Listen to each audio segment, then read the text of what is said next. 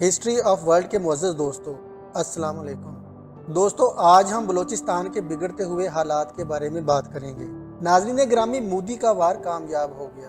بلوچستان دہشت گردی کے پیچھے کون ہے؟ تمام حقائق سامنے آ گئے۔ بلوچستان کے ابتر ہوتے حالات کا ذمہ دار کون ہے؟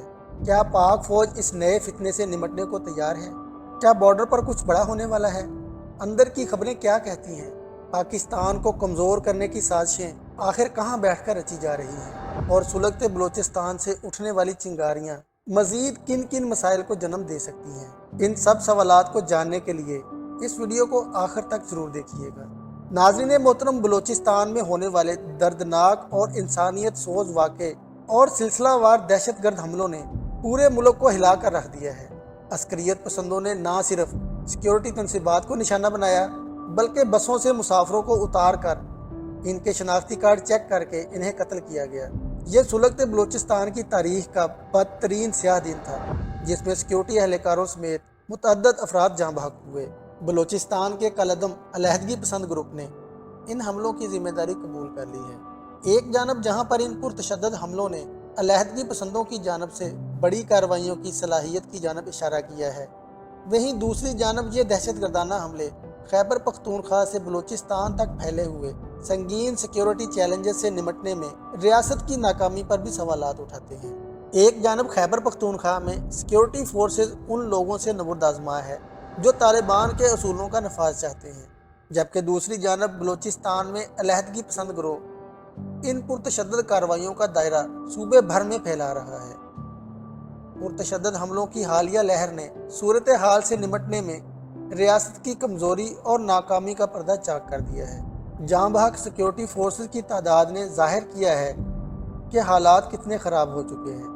یہ تو واضح ہے کہ بلوچ علیحدگی پسند دہشت گرد اب اتنے منظم ہو چکے ہیں اور انہیں اتنی حمایت حاصل ہے کہ وہ ایسی کامیاب کارروائیاں کر رہے ہیں۔ اس میں کوئی تعجب نہیں کہ یہ تمام حملے ایک ایسے خطے میں ہوئے جو بہت طویل عرصے سے سیاسی عدم استحکام کا مرکز رہا ہے۔ ناظرین گرامی، اس سے قبل 2 دہائیوں سے وقتاً فوقتاً اس صوبے میں کم شدت کے حملے ہوتے رہے، لیکن اب مقامی لوگوں میں بڑھتے ہوئے عدم اطمینان کے سبب یہ بغاوت میں تبدیل ہو رہا ہے۔ حالیہ پرتشدد کارروائیاں ایسے وقت میں کی گئیں جب جنوبی بلوچستان میں کیے گئے عوامی مظاہروں کو چند ہی ہفتے گزرے ہیں۔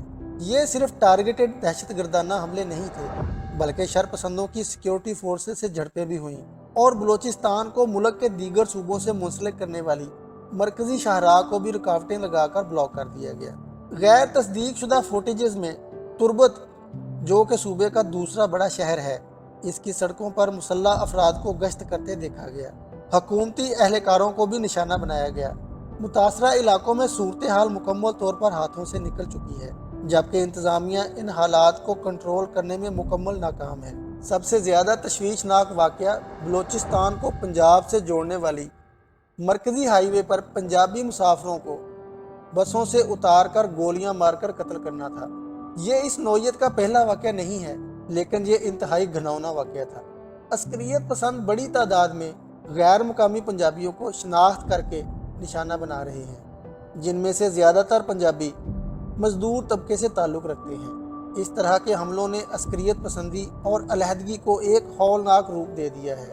اس میں کوئی دو رائے نہیں کہ ریاست اس طرح کے پرتشدد حملوں اور ریاست کی رٹ کو چیلنج کرنے والوں کو کسی صورت قبول نہیں کرتی۔